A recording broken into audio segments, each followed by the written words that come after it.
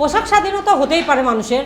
আপনার যদি ইচ্ছা করে আপনি আজকে পাঞ্জাবি পরে আসছেন, আমার ইচ্ছা হচ্ছে আজকে আমি শাড়ি পরেছি, আমি কালকে ইচ্ছা হলে আমি বোরখা পরবো, সেটা আমার পার্সোনাল বিষয়, তাই না? তো আপনি যদি ফট করে আমার কাপড় নিয়ে কথা বলেন সেটা তো আমি মানবো না। না, সেটা আপনার কথা, আমি এই কথা আনসারই দিতে পারতেছি না। কারণ হচ্ছে আমি আমার কলিগের বিষয়ে কোনো কথাই কখনোই বলবো না।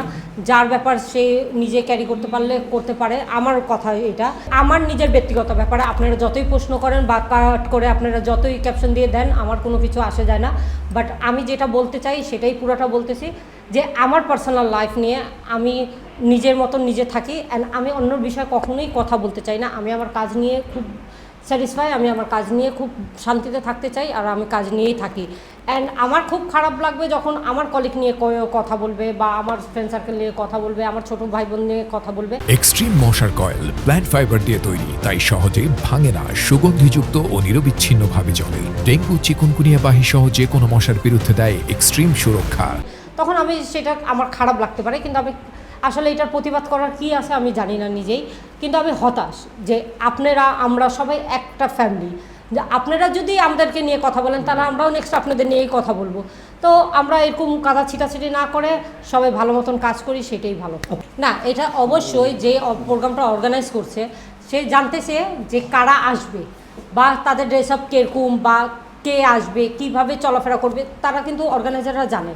তো এখন হয়তো বা এইগুলো নিউজ হওয়ার পর এখন সবার লিমিট হয়ে যাবে, সবাই এন্টার করতে পারবে না, হয়তো বা আমরা এই নিজেই সবাইকে ইন্টারভিউ দিতে দাঁড়াবো না, বা কোনো কথা বলবো না, এটাই হচ্ছে কথা, যেরকম একটু ইগনোরই করব।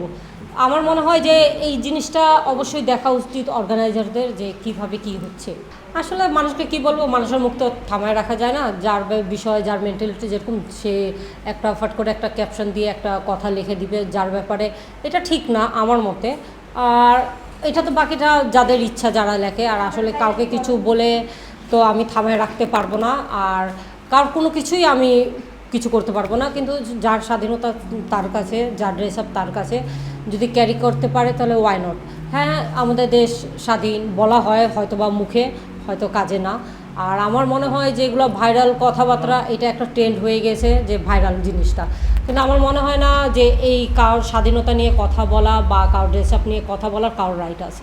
আর ক্যাপশন নিয়ে যেটা আমি বলছি, সেটা আমার ক্ষেত্রে আমি কারোর পার্সোনাল বিষয়ে আমি কথা বলতে চাইও না।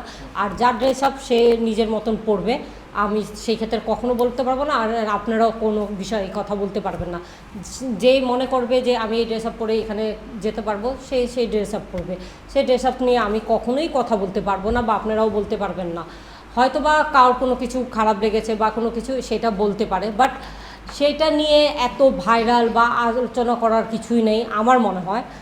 আর সেই ক্ষেত্রে পাশের মানুষকে বাধে কথা বলা, বা নিজের, আমরা সবাই যে গ্রুপ আছি তাদেরকে নিয়ে কথা বলা, সেটা তো ঠিক না, তাই না? সবার লাইফ সবার মতন, সবার জিনিসটা, সবার নিজের স্বাধীনতা আছে, সবাই সবার মতন করতে পারে, তাহলে সবারই নিয়ে সব কথা বলা উচিত না।